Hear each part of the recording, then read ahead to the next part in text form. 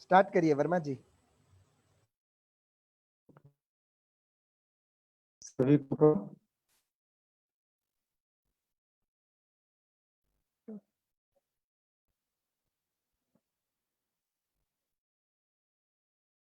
आइए आज का स्वाध्याय प्रारंभ करें।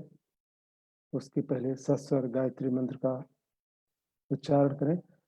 ओम भूर्भुवः स्वः तत्सवितुर्वरेण्यं भर्गो देवस्य धीमहि धियो यो नः प्रचोदयात्। आइए उस परमात्म सत्ता का, उस गुरु सत्ता का ध्यान करें जिनके सानिध्य में यह स्वाध्याय चलता है। भृकुटी के मध्य में परम पूज्य गुरुदेव का के चित्र का ध्यान करें। ओम ब्रह्मानंदम परम सुखदम केवलम ज्ञानमूर्तिम द्वंद्वातीतं गगन सदृशं तत्त्वमस्यादिलक्ष्यम् एकं नित्यं विमलमचलं सर्वधी साक्षिभूतं भावातीतं त्रिगुणरहितं सद्गुरुं तं नमामि। अखण्डानन्दबोधाय शिष्य संतापहारिणे सच्चिदानंद रूपायै तस्मै श्री गुरवे नमः। वसुदेवसुतं देवं कंसचारूरमर्दनं देवकी परमानन्दं कृष्णं वंदे जगद्गुरुम्। आइए 17वें अध्याय का हम लोग स्वाध्याय प्रारंभ करें, जो श्रद्धा त्रय विभाग योग है। उसके पहले ये देख ले कि 16वें अध्याय में हमने क्या पढ़ा था। 16वें अध्याय के आरंभ में भगवान श्री कृष्ण ने निष्काम भाव से आचरण करते हुए शास्त्रीय गुण तथा आचरण का वर्णन दैवी संपत्ति के रूप में किया।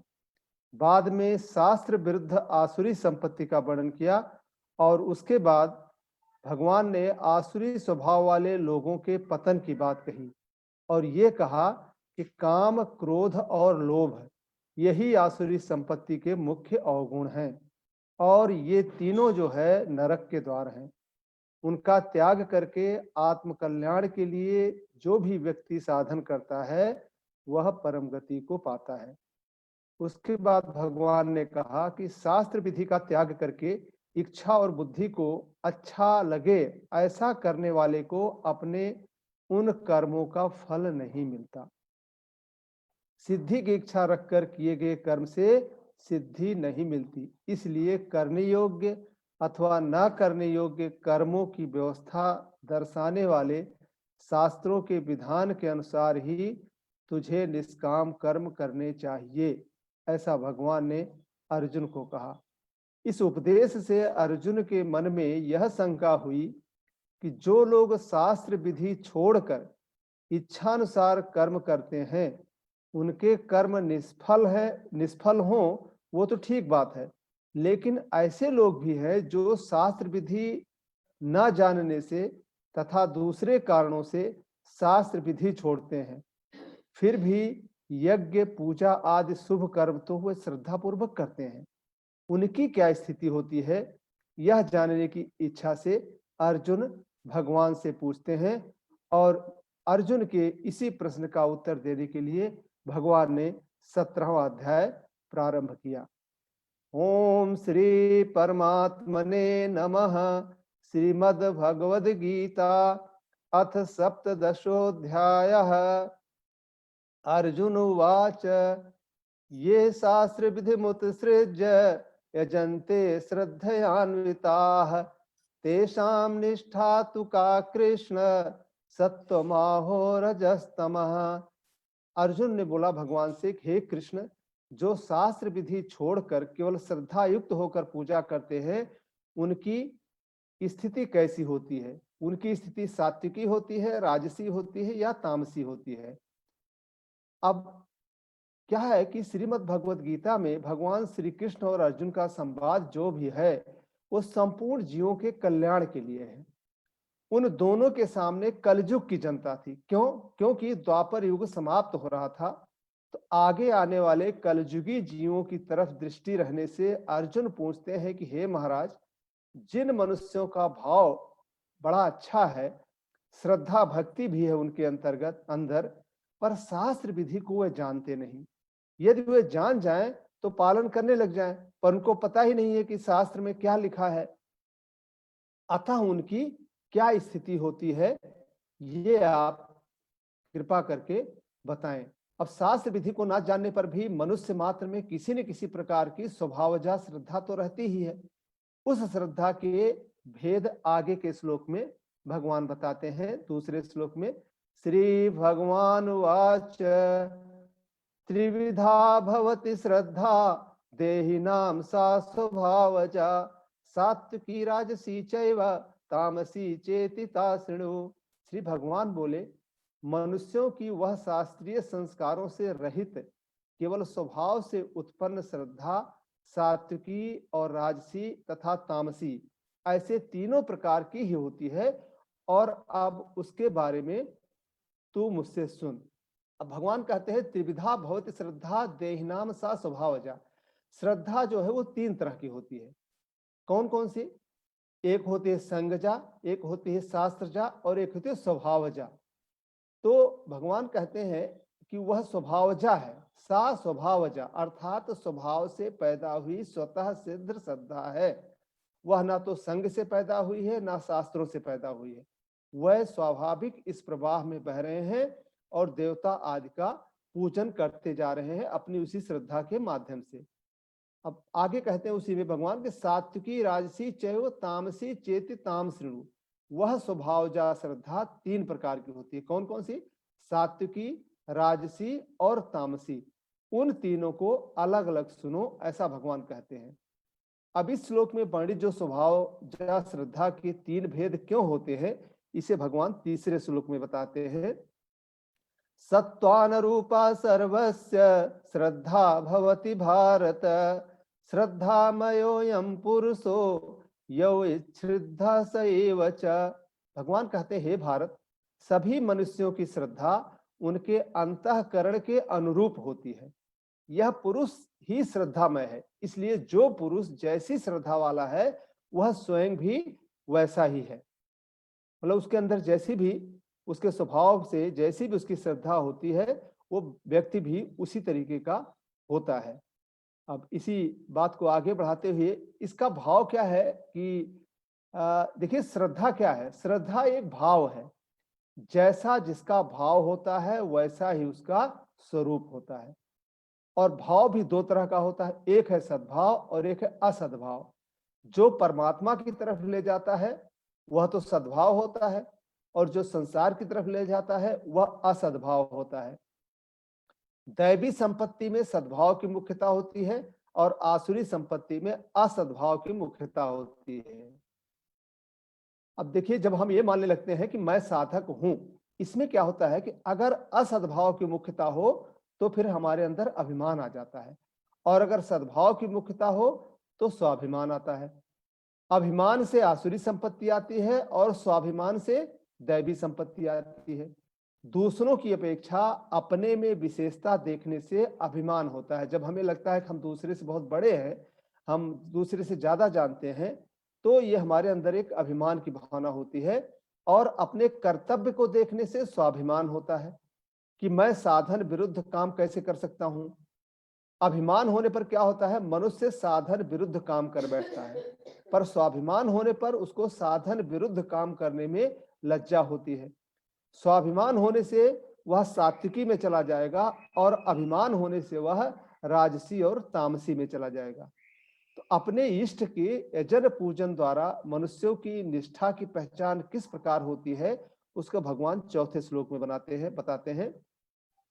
यजन्ते सात्विका देवान यक्षरांसि राजसा प्रेतान भूत गणाश्चान्ये यजन्ते तामसा जनाः। सात्विक पुरुष देवों को पूजते हैं, राजस पुरुष यक्ष और राक्षसों को पूजते हैं, तथा अन्य जो तामस मनुष्य है वह प्रेत और भूत गणों को पूजते हैं। अब इसमें क्या है कि ईश्वर कोटि के देवताओं में भी साधकों की श्रद्धा अलग अलग होती है। किसी की श्रद्धा भगवान विष्णु में होती है, अर्थात राम में, कृष्ण में होती है। किसी की श्रद्धा भगवान शंकर में होती है, किसी की श्रद्धा भगवान गणेश में होती है, किसी की भगवती शक्ति में होती है, तो किसी की भगवान सूर्य में होती है। ईश्वर के जिस रूप में उनकी स्वाभाविक श्रद्धा होती है, उसी का वह विशेषता से यजन और पूजन करते हैं। अब तक उन मनुष्यों की भगवान ने बात बताई जो शास्त्र विधि को ना जानने के कारण उसका त्याग करते हैं, परंतु अपने इष्ट तथा उसके यजन पूजन में श्रद्धा रखते हैं। अब विरोध पूर्वक शास्त्र विधि का त्याग करने वाले कुछ ऐसे लोग हैं जो विरोध पूर्वक शास्त्र विधि का त्याग करते हैं। ऐसे श्रद्धा रहित मनुष्यों की क्रियाओं का वर्णन 5वें और 6वें श्लोक में करते हैं। हम दोनों श्लोक को एक साथ लेंगे।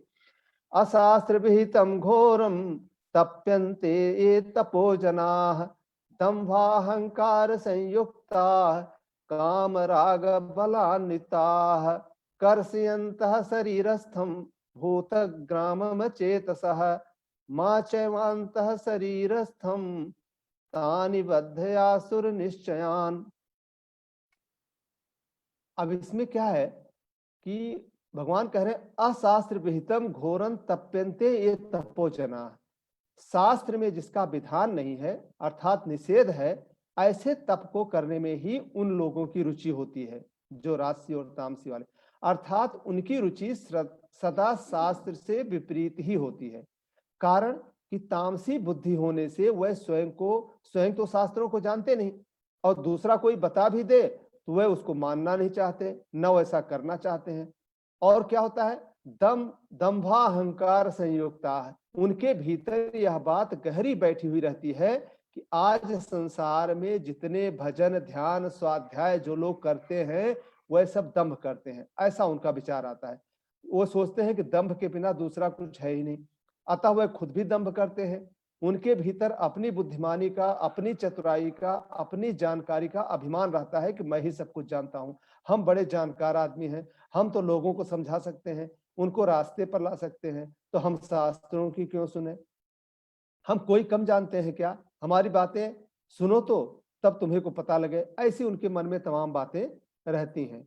तो उन आसुर स्वभाव वाले लोगों में यह भाव रहता है कि मनुष्य शरीर पाकर इन भोगों को नहीं भोगा, तो मनुष्य शरीर पशु की तरह है। आप किसी व्यक्ति को चाहिए, उसके अंदर कोई बुरी आदत है, मान लीजिए शराब पीता है, बीड़ी गुटखा कुछ भी, उसको बोलिए भैया इसको छोड़ दो, तो बोलता अरे भाई इस जमाने में अभी इस मनुष्य जीवन में अगर इसका हमने आनंद नहीं लिया तो कब लेंगे। तो वो जो है वो सोचते हैं कि मनुष्य शरीर पाकर इन भोगों को नहीं भोगा तो मनुष्य शरीर पशु की तरह है, ऐसा उनकी धारणा रहती है। सांसारिक भोग सामग्री को मनुष्य ने प्राप्त नहीं किया तो फिर उसने क्या किया,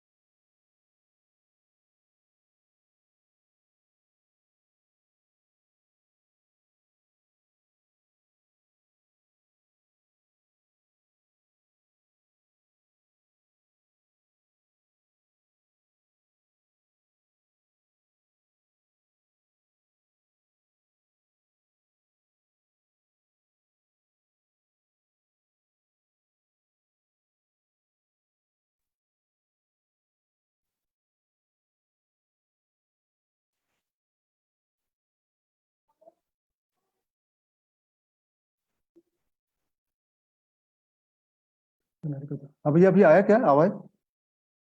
अनम्यूट करो। हाँ आवाज आया। आप वीडियो स्टार्ट करिए अपना। ओके।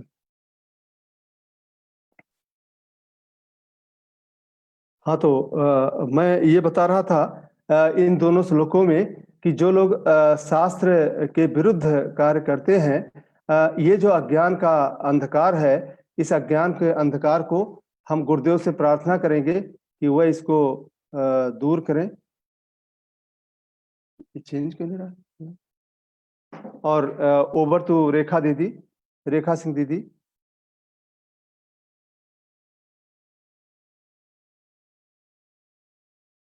हाँ, रेखा सिंह दीदी आप ज्वाइन हैं? हाँ जी भैया। हाँ, वो आप प्रज्ञा गीत शुरू करिए। जय गुरुदेव।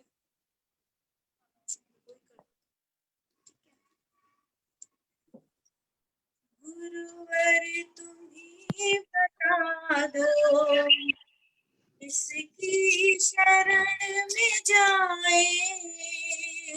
गुरुवर तुम्ही बता दो, किसकी शरण में जाए।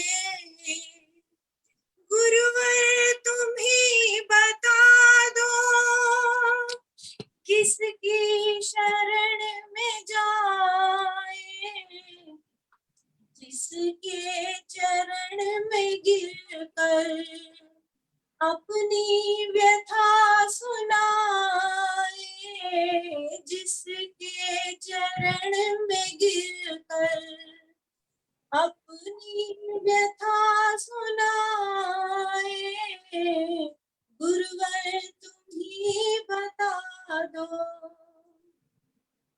अज्ञान के तिमिर ने चारों तरफ से घेरा। अज्ञान के तिमिर ने चारों तरफ से घेरा। क्या रात है प्रलय की, होगा नहीं सवेरा। क्या रात है प्रलय की, होगा नहीं सवेरा। क्या होगा नहीं सवेरा। पथ और प्रकाश दो तो चलने की शक्ति पाए। पथ और प्रकाश दो तो चलने की शक्ति पाए। गुरुवर तुम्ही बता दो, किसकी शरण में जाए। गुरुवर तुम्ही बता दो, दुष्वृत्तियों ने हमको घेरा कदम कदम पर। दुष्वृत्तियों ने हमको घेरा कदम कदम पर। कभी काम क्रोध बनकर, कभी माया लोभ बनकर। कभी काम क्रोध बनकर, कभी माया लोभ बनकर। कभी माया लोभ बनकर। इन दानवों से कैसे अपना गला छुड़ाए। इन दानवों से कैसे अपना गला छुड़ाए। गुरुवर तुम्ही बता दो, किसकी शरण में जाए। माना कपूत है हम, क्या रुष्ट रह सकोगे, माना कपूत है हम, क्या रुष्ट रह सकोगे। मुस्कान प्यार अमृत, क्या दे नहीं सकोगे। मुस्कान प्यार अमृत, क्या दे नहीं सकोगे, क्या दे नहीं सकोगे। दाता तुम्हारे दर से जाए तो किधर जाए, दाता तुम्हारे दर से जाए तो किधर जाए। गुरुवर तुम ही बता दो, किसकी शरण में जाए, जिसके शरण में गिरकर अपनी व्यथा सुनाए, जिसके चरण में गिरकर अपनी व्यथा सुनाए।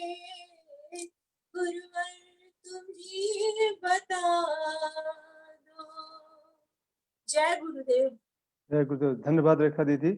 हम गुरुवर की शरण में जाकर ही उस अज्ञान के तिमिर से बाहर आ सकते हैं। इसी प्रज्ञा गीत के माध्यम से हमने सुना।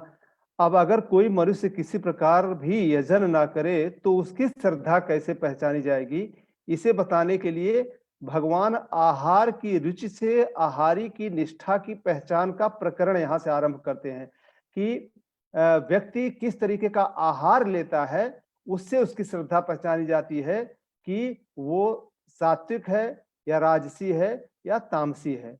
तो इससे लेकर भगवान 7वें श्लोक में कहते हैं, आहारस्त्वपि सर्वस्य त्रिविधो भवति प्रियः, यज्ञस्तपस्तथा दानं तेषां भेदमिमं शृणु। भगवान कहते हैं कि भोजन भी सबको अपनी अपनी प्रकृति के अनुसार 3 प्रकार का प्रिय होता है, और वैसे ही यज्ञ तप और दान भी 3-3 प्रकार के होते हैं। उनके इस पृथक भेद को तू मुझसे सुन। अब भगवान कहते हैं आहारस्तव सर्वस्य त्रिविधो भवति प्रिय। 4थे श्लोक में भगवान ने अर्जुन के प्रश्न के अनुसार मनुष्यों की निष्ठा और परीक्षा के लिए सात्विक, राजस और तामस 3 तरह के यजन बताए। परंतु जिसकी श्रद्धा, रुचि, प्रियता यजन पूजन में नहीं है, उनकी निष्ठा की पहचान फिर कैसे हो। इसके लिए भगवान ने आगे बताया कि जिनकी यजन पूजन में श्रद्धा नहीं है, ऐसे मनुष्यों को भी शरीर निर्वाह के लिए भोजन तो करना ही पड़ता है। चाहे वह नास्तिक हो, चाहे आस्तिक हो, चाहे वैदिक हो, चाहे ईसाई, कोई भी व्यक्ति हो, वो किसी भी संप्रदाय का हो, लेकिन वो भोजन तो करता ही है। उन सब के लिए यहाँ आहारस्त्वपि पद देकर कहा है कि निष्ठा की पहचान के लिए केवल यजन पूजन ही नहीं, प्रत्युत भोजन की रुचि से उनकी निष्ठा की पहचान हो जाएगी। इसी को लेकर आगे भगवान 8वें श्लोक में अब बताते हैं कि अलग अलग भोजन से किस प्रकार से लोगों की निष्ठा होती है। आयु सत्य बल आरोग्य सुख प्रीति विवर्धना, रस्या स्निग्धा स्थिरा हृदया, आहारा सात्विक प्रिया। भगवान कहते आयु, जिन आहारों के करने से मनुष्य की आयु बढ़ती है, सत्वम सत्वगुण बढ़ता है, बलम शरीर मन बुद्धि आदि में सात्विक बल एवं उत्साह पैदा होता है, आरोग्य शरीर में निरोगता बढ़ती है, सुखम सुख और शांति प्राप्त होती है, जिस भोजन से सुख शांति प्राप्त होती है, और प्रीति विवर्धना, जिनको देखने से ही प्रीति पैदा होती है, वह अच्छे लगते हैं। मतलब ऐसा भी कोई भोजन होता है उसको देख के ही प्रेम पैदा हो जाता है। इस प्रकार के स्थिरा मतलब जो गरिष्ठ नहीं है बल्कि सुपाच्य है, और जिनका सार बहुत दिन तक शरीर में शक्ति देता रहता है, और हृदय फेफड़े आदि को शक्ति देने वाले तथा बुद्धि आदि में सौम्य भाव लाने वाले रस्याह, जैसे फल है, दूध है, गुड़ है, ये ऐसे या रसयुक्त पदार्थ जो है, और स्निग्धा घी है, मक्खन है, बादाम है, काजू है, किशमिश है, ये सात्विक पदार्थों से निकले हुए तेल आदि स्नेहयुक्त भोजन के पदार्थ जो पके हुए तथा ताजे हों। आहारा सात्विक प्रिया, ऐसे भोजन के पदार्थ सात्विक मनुष्य को प्यारे लगते हैं। मतलब या ऐसा कह लीजिए कि जो इस तरीके के भोजन करते हैं वह सात्विकी होते हैं, या सात्विक मनुष्यों को इस तरीके के भोजन प्यारे होते हैं। अतः ऐसे आहार में रुचि होने से उनकी पहचान हो जाती है कि ये मनुष्य सात्विक है। अब आगे चलते हैं। कट्वम्ल लवणा तृष्ण तीक्ष्ण रूक्ष विदाहिनः आहारा राजसस्येष्ठा दुख शोकमय प्रदाह। अब आगे भगवान कहते हैं कि जो अति कड़वे हैं, अति खट्टे हैं, अति नमकीन हैं, अति गर्म हैं, अति तीखे हैं, अति रूखे हैं, अति दाहकारक है। आहार अर्थात भोजन के पदार्थ, ऐसे जो भोजन होते हैं वो राजस मनुष्य को प्रिय होते हैं, जो कि दुख शोकामय, दुख शोक और रोगों के देने वाले हैं। ये सारे इस तरीके के जो पदार्थ हैं वो दुख और शोक को देने वाले हैं और ये राजस मनुष्यों को प्रिय होते हैं। अब तामस को क्या प्रिय होते हैं?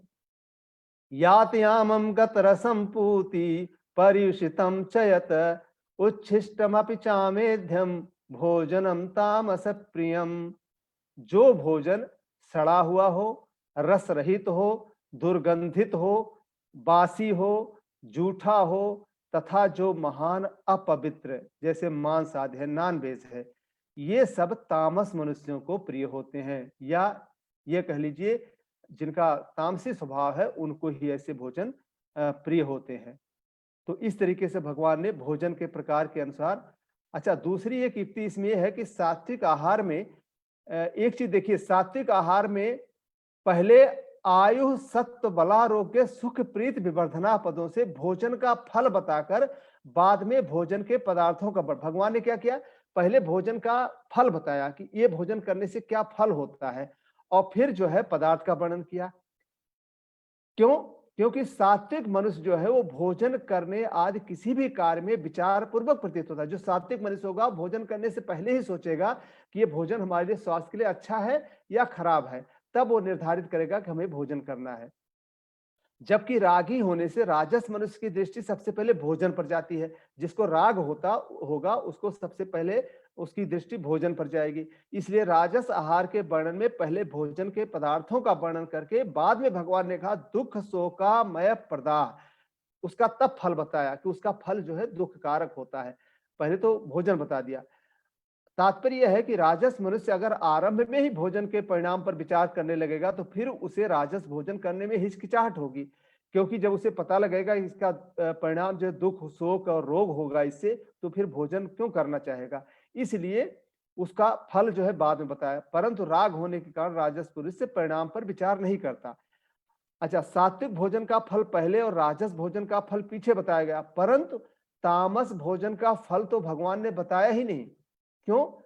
क्योंकि मूढ़ता होने के कारण तामस मनुष्य भोजन और उसके परिणाम पर विचार करता ही नहीं। जो तामसी मनुष्य होता है वो भोजन के प्रकार पर विचार ही नहीं करता, इसलिए तामसी भोजन के परिणामों के बारे में भगवान ने कुछ बताया ही नहीं। तात्पर्य है कि सात्विक भोजन करने वाला तो दैवी संपत्ति वाला होता है और राजस तथा तामस भोजन करने वाला वो आसुरी संपत्ति वाला होता है। इसके साथ ही हम 11वें श्लोक पर चलते हैं। अफलाकांक्षिभिर्यज्ञो विधि दृष्टो च युज्यते यष्टन्यमेवेति मनः समाधायत सात्विकः। अब इसमें भगवान कहते हैं कि जो शास्त्र विधि से नियत यज्ञ करना ही कर्तव्य है, इस प्रकार मन को समाधान करके फल न चाहने वाले पुरुषों द्वारा किया जाता है, वह सात्विक है। मनुष्य देखिए फल की इच्छा रखने वाला ना हो, अर्थात लोक परलोक में मेरे को इस यज्ञ का अमुक फल मिले, ऐसा भाव ना रखने वाला हो, उसके लिए भगवान कह रहे हैं अफलाकांक्षी भी। केवल कर्तव्य मात्र समझकर कर्म करना क्या है, अपने लिए कुछ नहीं करना है, सामग्री के साथ मेरा कोई संबंध नहीं है, मेरा देश काल आदि से कोई भी संबंध नहीं है, केवल मनुष्य होने के नाते जो कर्तव्य प्राप्त हुआ है उसको कर देना है, ऐसा भाव होने से कर्ता फलाकांक्षी नहीं होगा और कर्मों का फल कर्ता को बांधेगा नहीं। अर्थात यज्ञ की क्रिया और यज्ञ के फल के साथ कर्ता का संबंध नहीं होगा। इसी के साथ अब 12वें श्लोक चलते हैं।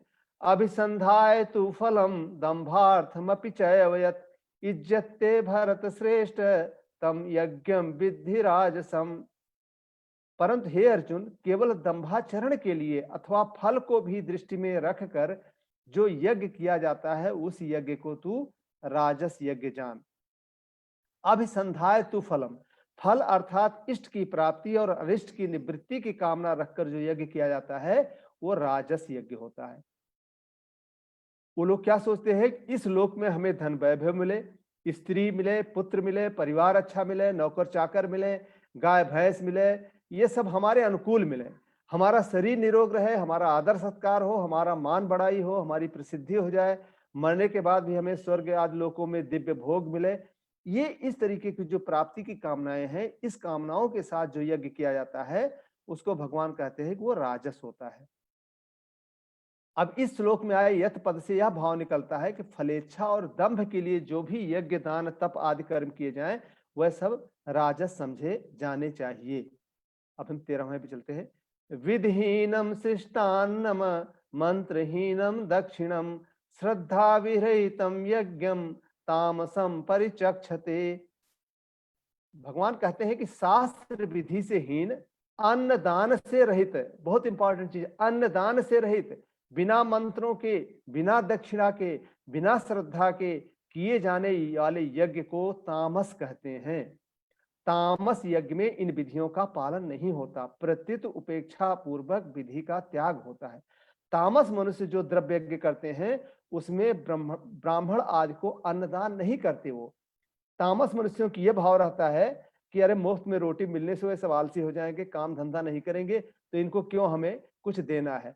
और क्या है, अदक्षिणम, तामस यज्ञ में दान नहीं किया जाता है, कारण कि तामस पुरुषों का यह भाव रहता है कि हमने यज्ञ में आहुति दे दी, ब्राह्मणों को अच्छी तरीके से भोजन करा दिया, तो अब दक्षिणा देने की क्या जरूरत है। और विशेषकर गायत्री परिवार के यज्ञों में तो लोगों की भावना रहती ही है कि गायत्री परिवार वाले तो सब कुछ बिल्कुल निःशुल्क कराते हैं। कितने लोगों को मैंने देखा है कि वो दक्षिणा उनको निकालने में बहुत सा कष्ट सा मालूम पड़ता है, लेकिन कोई भी यज्ञ भगवान स्वयं कर रहे हैं कि अगर यज्ञ में आपने दक्षिणा नहीं दिया तो उसको आप तामस यज्ञ समझिए, उसमें आपको कुछ भी उसका फल नहीं मिलने वाला है। अब 11वें, 12वें और 13वें श्लोक में क्रमशः सात्विक, राजस और तामस यज्ञ का वर्णन करके अब आगे के 3 श्लोकों में क्रमशः शारीरिक, वाचिक और मानसिक तप का भगवान वर्णन करते हैं, जिसका सात्विक, राजस और तामस भेद वह आगे करेंगे। देवद्विज गुरु प्राज्ञ पूजनम शौचमार्जवम ब्रह्मचर्य हिंसा च शारीरम तप उच्यते। देवता, ब्राह्मण, गुरु और ज्ञानी जनों का पूजन, पवित्रता, सरलता, ब्रह्मचर्य और अहिंसा, ये शरीर संबंधी तप कहा जाता है। यहाँ देव शब्द मुख्य रूप से विष्णु, शंकर, गणेश, शक्ति और सूर्य, इन 5 ईश्वर के देवताओं के लिए आया है। इन पांचों में जो अपना इष्ट है, जिस पर अधिक श्रद्धा है,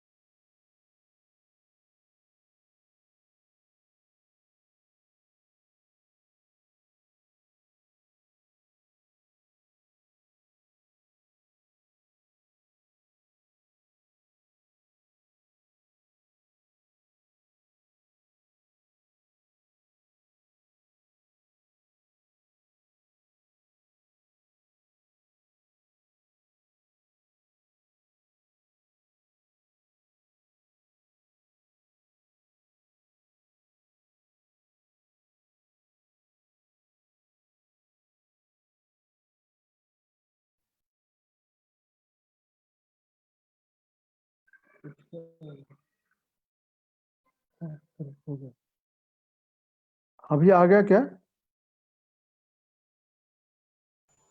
हाँ वर्मा जी, हाँ ओके, हाँ ठीक। स्क्रीन शेयर कर दीजिए अपना। हाँ ठीक। ये लैपटॉप हैंग हो गया।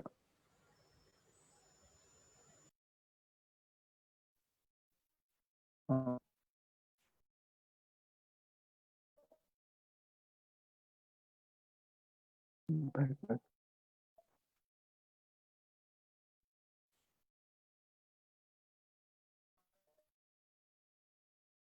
हाँ, so now we'll come to 15th. अनुद्योगकरं वाक्यं सत्यं प्रियहितं च यत् स्वाध्यायाभ्यसनं चैव वाङ्मयं तब उच्यते। जो उद्योग ना करने वाला प्रिय और हितकारक और यथार्थ भाषण है तथा जो वेद शास्त्रों के पठन का एवं परमेश्वर के नाम जप का अभ्यास है वही जो है वाणी संबंधी तप कहा जाता है। पहले भगवान ने शरीर संबंधी तप बताया, अब इसमें वाणी संबंधी तब बता रहे हैं कि जैसे पढ़ा सुना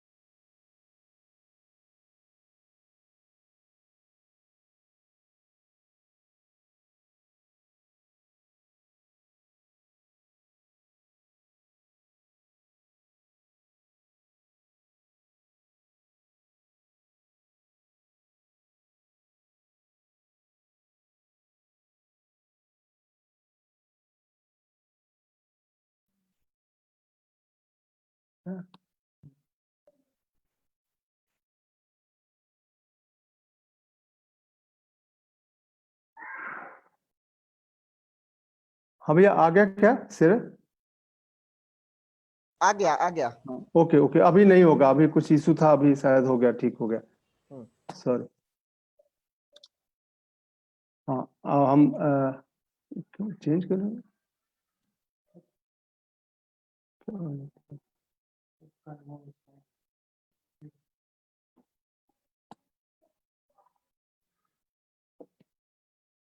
हाँ अब हम नेक्स्ट 16 पे चलते हैं। मन प्रसाद सौम्य त्वम मौनम आत्म विनिग्रह भाव संशुद्धि तपो मान समुच्यते।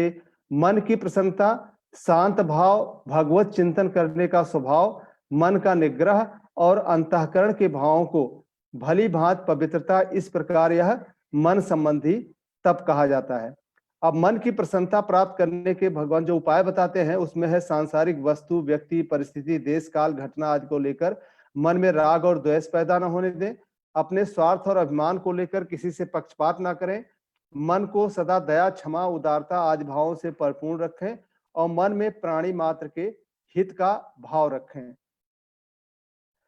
श्रद्धया परया तप्तं तपस्तत्रिविधं नरैः अफलाकांक्षिभिर्युक्तैः सात्विकं परिचक्षते। अब फल को न चाहने वाले योगी पुरुषों द्वारा परम श्रद्धा से किए हुए उस पूर्वोक्त 3 प्रकार के तप को सात्विक तप कहते हैं। अब हमने सात्विक तप तो समझ लिया, लेकिन हमारा तप सात्विक हो, हमारी साधना फलीभूत हो, इसके लिए गुरुदेव की कृपा बहुत जरूरी है। तो आइए गुरुदेव से प्रार्थना करें कि हम जो भी साधना कर रहे हैं, जो भी तप कर रहे हैं, हमें शक्ति दें, जिससे कि हम सात्विक जो है तप जो बताए गए हैं उसको कर सकें। Over to Richa.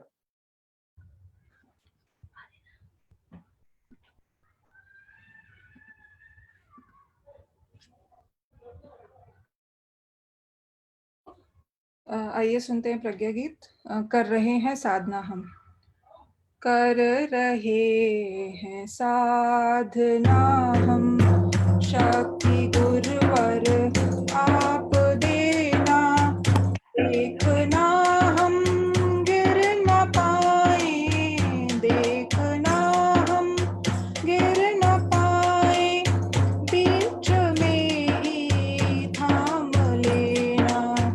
कर रहे हैं साधना हम, शक्ति गुरुवर आप देना, देखना हम गिर न पाए।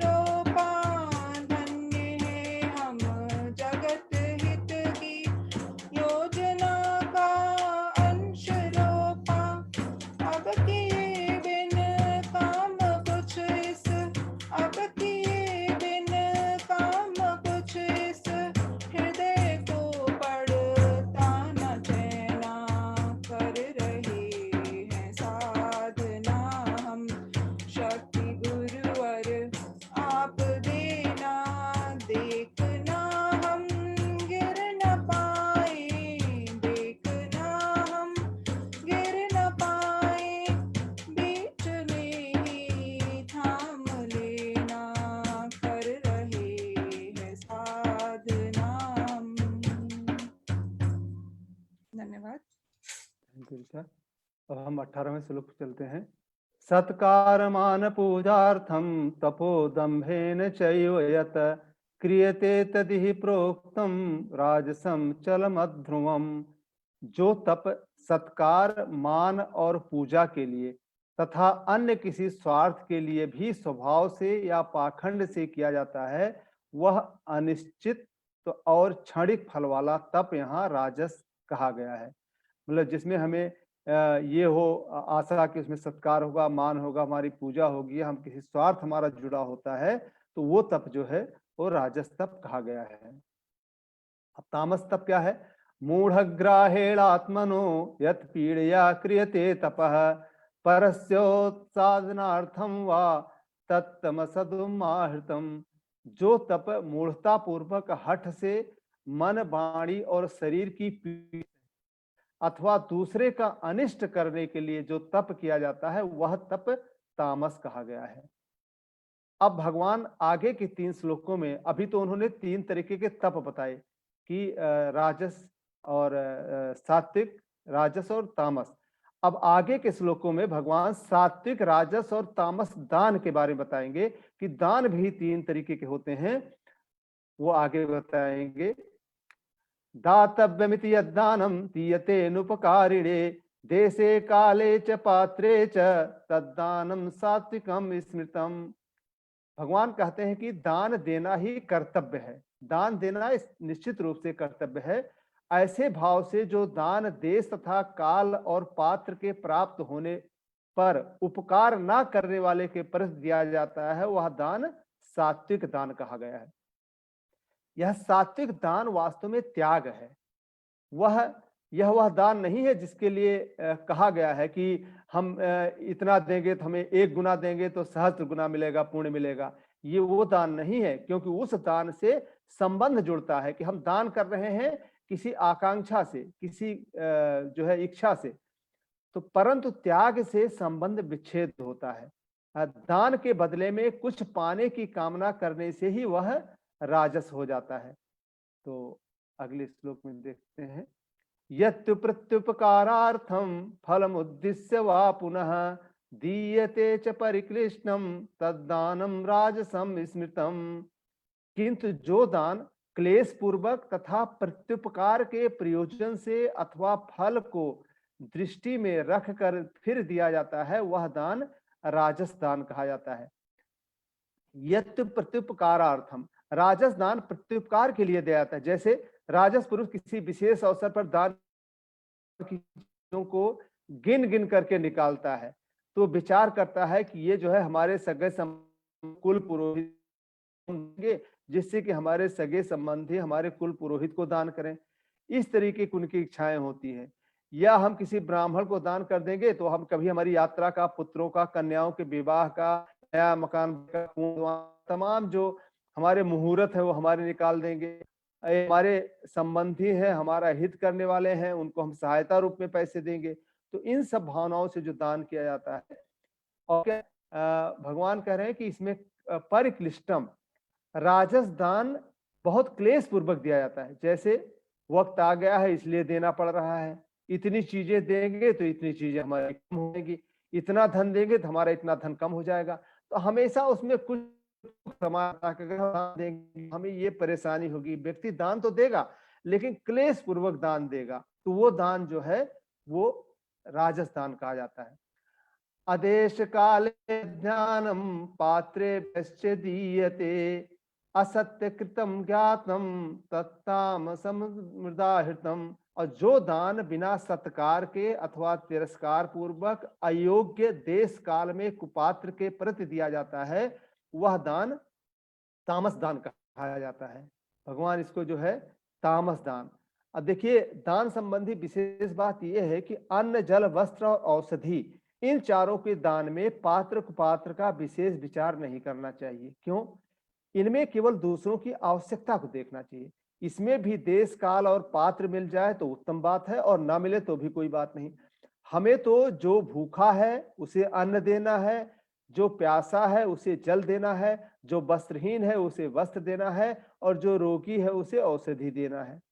इसी प्रकार कोई किसी को अनुचित रूप से भयभीत कर रहा हो, दुख दे रहा हो, तो उससे उसको छुड़ाना और उसे अभय दान देना, ये भी हमारा कर्तव्य है। हाँ, कुपात्र को अन्न जल इतना नहीं देना चाहिए कि जिससे वह पुनः हिंसा आदि पापों में प्रवृत्त हो जाए। जैसे कोई हिंसक मनुष्य है, अगर वो अन्न जल के बिना मर रहा है तो उसको इतना अन्न जल तो दे देना चाहिए कि उसके प्राण बच जाएं, पर इतना भी नहीं देना चाहिए कि बाद में वो वापस जो है उत्पात करने लगे।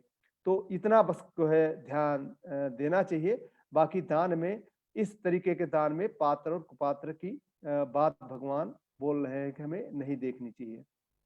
अब 16वें अध्याय के 5वें श्लोक में दैवी संपत्ति मोक्ष के लिए, आसुरी संपत्ति बंधन के लिए बताई।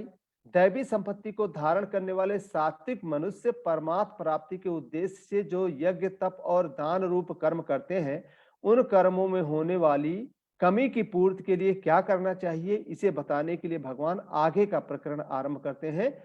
ओम तत्सदिति निर्देशो ब्रह्मण स्त्रिविधि स्मृतः ब्रह्मणास्तेन वेदाश्च यज्ञाश्च विहिताः पुरा। ओम तत् सत, ये तीन चीजें, ओम तत् सत, ऐसे यह तीन प्रकार का सच्चिदानंद घन ब्रह्म का नाम कहा है। उसी से सृष्टि के आदि काल में ब्राह्मण और वेद तथा यज्ञ आदि रचे गए। तस्मादोमित्याहृदय यज्ञ दान तपा क्रिया प्रवर्तन्ते विधानोक्ता सततम ब्रह्मावादिनाम। इसीलिए वेद मंत्रों का उच्चारण करने वाले श्रेष्ठ पुरुषों की शास्त्र विधि से नियत यज्ञ, दान और तप स्वरूप जो क्रियाएं हैं, वो सदा ओम, इस परमात्मा के नाम को उच्चारण करके ही आरंभ होती हैं। अब ओम का सबसे पहले उच्चारण क्यों किया जाता है? कारण यह है कि सबसे पहले ओम अर्थात प्रणव ही प्रकट हुआ है। उस प्रणव की 3 मात्राएं हैं। उन मात्राओं से त्रिपदा गायत्री प्रकट हुई और त्रिपदा गायत्री से ऋक, साम और यजु, यह वेद त्रयी प्रकट हुई है। इस दृष्टि से ओम जो है वो सबका मूल है और इसी के अंतर्गत गायत्री भी है तथा सब के सब वेद भी हैं। अतः जितनी वैदिक क्रियाएं की जाती हैं वह सब ओम का उच्चारण करके ही की जाती है। तदित्यनभिसंधाय फलम यज्ञ तपः क्रिया दान क्रियाश्च विविधाः क्रियन्ते मोक्षकांक्षी। तत् अर्थात तत् नाम से कहे जाने वाले परमात्मा का ही यह सब है। इस भाव से फल को न चाहकर नाना प्रकार की यज्ञ, तप रूप क्रियाएं तथा दान रूप क्रियाएं कल्याण की इच्छा वाले पुरुषों द्वारा की जाती हैं। अब भगवान के भक्त जो हैं वो तत्पद के बोल कौन है? भगवान राम, कृष्ण, गोविंद, नारायण, वासुदेव, शिव आदि नामों का उच्चारण करके सब क्रियाएं आरंभ करते हैं। अपना कल्याण चाहने वाले यज्ञ, दान, तीर्थ, व्रत, जप, स्वाध्याय जितनी भी क्रियाएं हैं करते हैं वह सब भगवान के लिए, भगवान की प्रसन्नता के लिए, भगवान की आज्ञा पालन के लिए ही करते हैं, अपने लिए नहीं। कारण कि जिनसे क्रियाएं की जाती हैं वह शरीर, इंद्रियां, अंतःकरण आज अभी तो परमात्मा की ही है, हमारे नहीं है। जब शरीर आज हमारे नहीं है तो घर, जमीन, जायदाद, रुपए, पैसे, कुटुंब आदि भी हमारे नहीं है, ये सभी प्रभु के हैं। और इसमें भी जो सामर्थ्य है, जो समझ है, वह सब भी प्रभु की है और हम खुद भी तो प्रभु के ही हैं। इस प्रभु, हम प्रभु के हैं और प्रभु हमारे हैं, इस भाव से ये सब क्रियाएं प्रभु की प्रसन्नता के लिए ही करते हैं। भाव यह है कि परमात्मा के लिए परोक्ष वाचक तत्पद के प्रयोग का तात्पर्य है कि परमात्मा अलौकिक है। 15वें अध्याय में भगवान ने बोला था उत्तम पुरुषस्तन्य परमात्मे तदाहृता। तो ये सब जो है विचार के विषय नहीं है, प्रति श्रद्धा और विश्वास के विषय है। इसी के साथ हम 26 श्लोक चलते हैं। सद्भावे साधु भावे च सदित्ते तत्प्रयुज्यते प्रशस्ते कर्मणि तथा सच्छब्द पार्थयुज्यते। सत, ओम तत् सत तीसरा है। इस प्रकार यह परमात्मा का नाम सत्य भाव में और श्रेष्ठ भाव में प्रयोग किया जाता है तथा हे पार्थ, उत्तम कार्य में भी सत्य का शब्द प्रयोग किया जाता है। परमात्मा के अस्तित्व या होनेपन को क्या कहते हैं? सद्भाव कहते हैं, जिसका कभी अभाव नहीं होता। ना भाव विद्यते सतः, प्रायः सभी आस्तिक यह भाव तो मानते ही हैं कि सर्वोपरि सर्वनियंता कोई विलक्षण शक्ति सदा से है और वह अपरिवर्तनशील है। अब अंतःकरण के श्रेष्ठ भावों को साधु भाव कहते हैं। परमात्मा की प्राप्ति कराने वाले होने से श्रेष्ठ भावों के लिए सत शब्द का प्रयोग किया जाता है। श्रेष्ठ भाव अर्थात सद्गुण सदाचार दैवी संपत्ति है। दैवी संपत्ति सत है, आसुरी संपत्ति असत है। मुक्ति देने वाले सारे साधन सत हैं और बंधन कारक जितने कार्य हैं वो सब असत हैं। दुर्गुण दुराचार असत है, पर दुर्गुण और दुराचार का त्याग करना वो सत है। तो यज्ञ तप दान तीर्थ व्रत पूजा विवाह जितने भी शास्त्र भी शुभ कर्म हैं वह स्वयं ही प्रशंसनीय होने से सत्कर्म है। परंतु इन प्रशंसनीय कर्मों का संबंध अगर भगवान के साथ ना हो तो ये सत ना कहलाकर केवल शास्त्र विहित कर्म मात्र रह जाते हैं। यद्यपि दैत्य दानव भी, हम सभी जानते हैं कि दैत्य दानव भी कितनी तपस्या करते हैं, बहुत ही प्रशंसनीय कर्म करते हैं, लेकिन असत भाव अर्थात अपने स्वार्थ और दूसरों के अहित का भाव होने से उनके कर्म जो है वो बांधने वाले अर्थात असत कर्म हो जाते हैं।